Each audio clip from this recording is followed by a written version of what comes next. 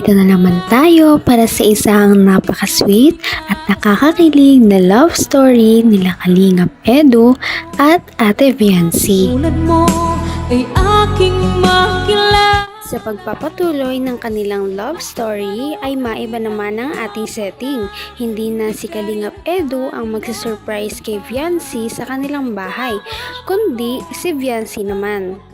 Nagtipon-tipon ang Kalingap team at ang Kalingap Angels para surpresahin si Kalingap Edu sa kanyang birthday.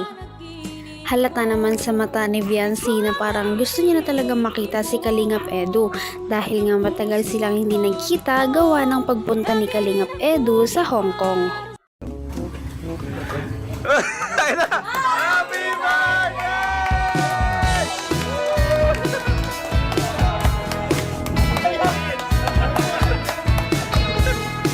Tayo!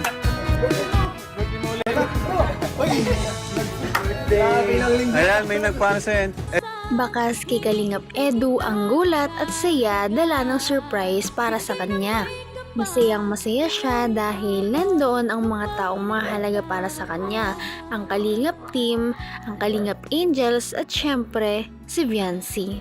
Grabe talaga ang mga supporters at nagmamahal kay Kalingap Edu dahil itong lahat na ito ay galing lamang sa mga sponsor at ito ay pang-apat na celebration na pala ng birthday niya. Grabe at napakadami talaga ang mga handa niya kagaya ng lechon, mga iniho na isda, cake, spaghetti, maraming mga soft drinks at iba pa.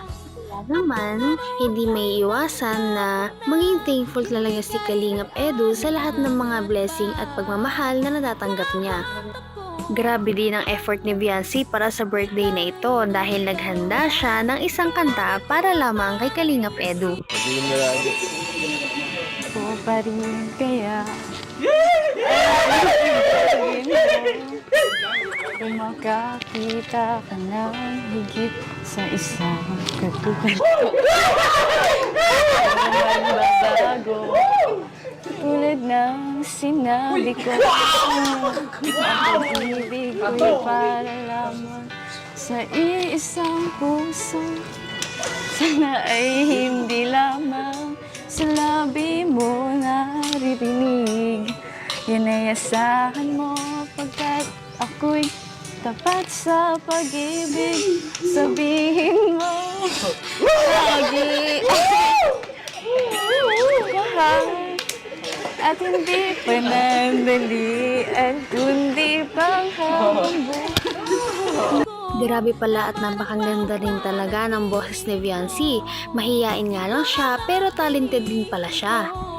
Kaya naman grabe ang kilig ng Kalingap team at ng mga manonood. Diyan ka lang, huwag ka mag-swing.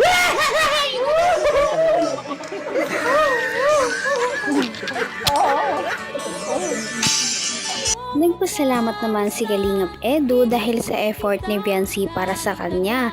Kahit na hindi pa sila ganun katagal na magkakilala, ay ginawa niya pa rin special ang birthday niya.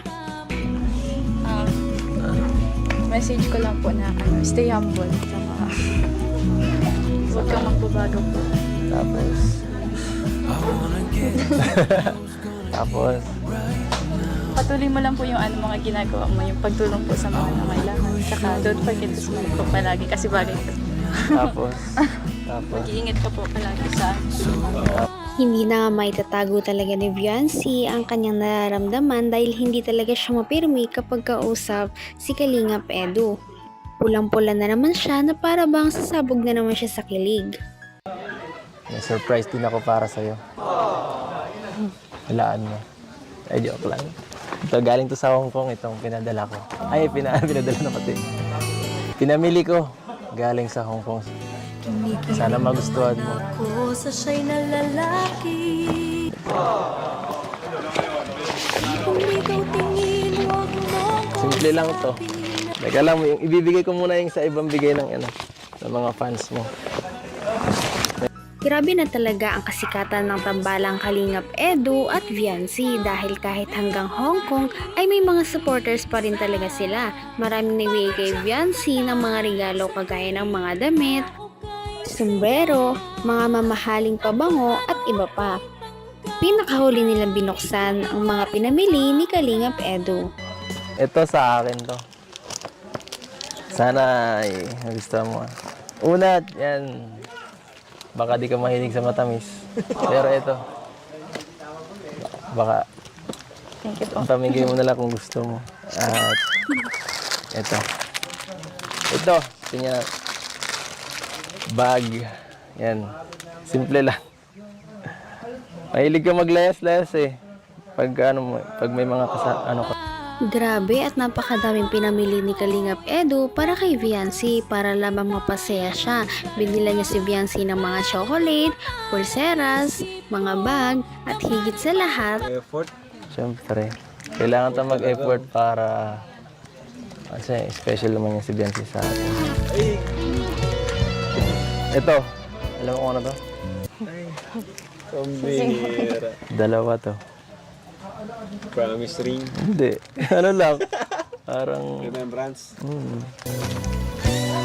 magkaparehas. May sing-sing sa'yo. Tingnan. Ano po man?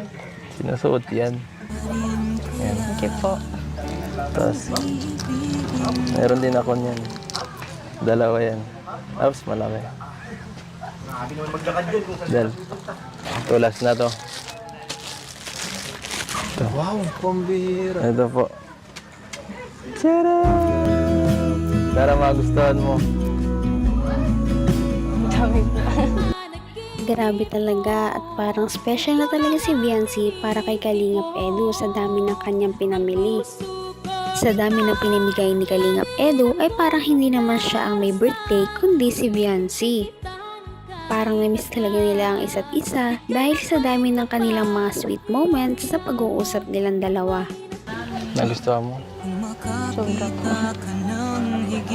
Para namasyal kita dun sa Disney. Sobrang bilis nga eh. Pero okay din yun. Para makauwi na agad ako. Para makita kita. Miss ko yun.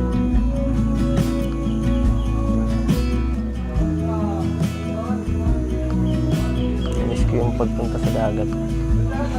Sa likod ng bahay niya. Kala ko isang taon na ako dun. Pang-apat na celebrate naman na birthday niya. Medyo pagod na ako. Pero buti na lang naandyan ka. Kayo pala. Para alalayan ako sa lahat. Yung isa lang nawawala eh. Yung isang pagmamahal.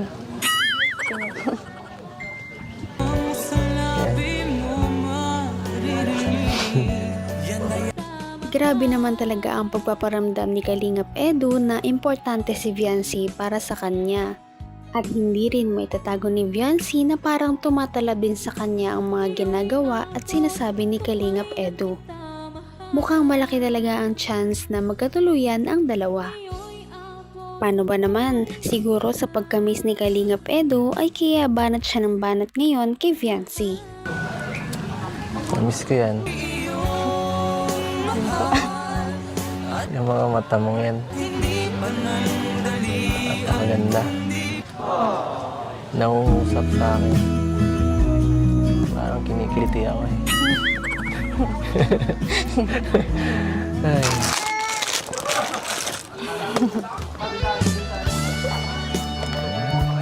Salamat po, Felix. Basta ikaw. Okay lang. Hindi ko po inaasahan. Ang dami pong sa loob po.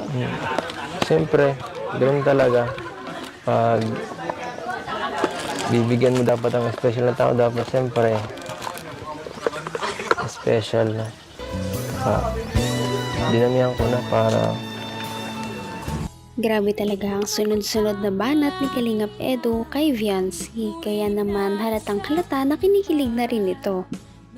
Dahil nga sa kanilang tuloy-tuloy na pag-uusap ay parang nag-open up na nga din si Viancy, hindi kagaya dati na hindi siya nagsasalita. Sa kanilang pag-uusap ay makikilala na nila ang isa't isa. Kala ko po kasi wala po kayong pakialam Pakialam sa... sa mga bagay-bagay po. Pwede ba naman yun? Hindi yun mangyayari. Siguro sa iba, oo, pero... Ikaw? Sa'yo? Hindi. Hindi yun bagay sa'yo. Ako ang bagay sa... Thank you. Walang anuman. Basta andito lang ako. Kung kailangan mo ng tulong, kahit ano, chat mo lang ako. At ayun na nga, nagpahayag na ng nararamdaman si Kalingap Edu kung ano ba talaga ang nararamdaman niya para kay Viancy. Dahil dito nagkakaroon na ng idea si Viancy kung ano ba talaga ang pakay ni Kalingap Edu sa kanya, kung pagkakaibigan ba o pagkakaibigan.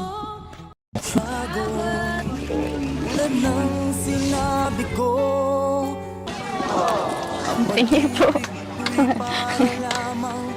See? Ganda baga. Lahat naman sa'yo bagay. Bagay na bagay talaga silang dalawa para sa isa't isa. Ano na kaya ang mangyayari sa susunod nilang pagtatagpo? Ngayon'y abot kamay. May pag-asa nga kaya si Kalingap Edu kay Viancy? Yan ang ating naabangan sa mga susunod na video. Maraming salamat sa inyong panunood at pakikinig. Bye!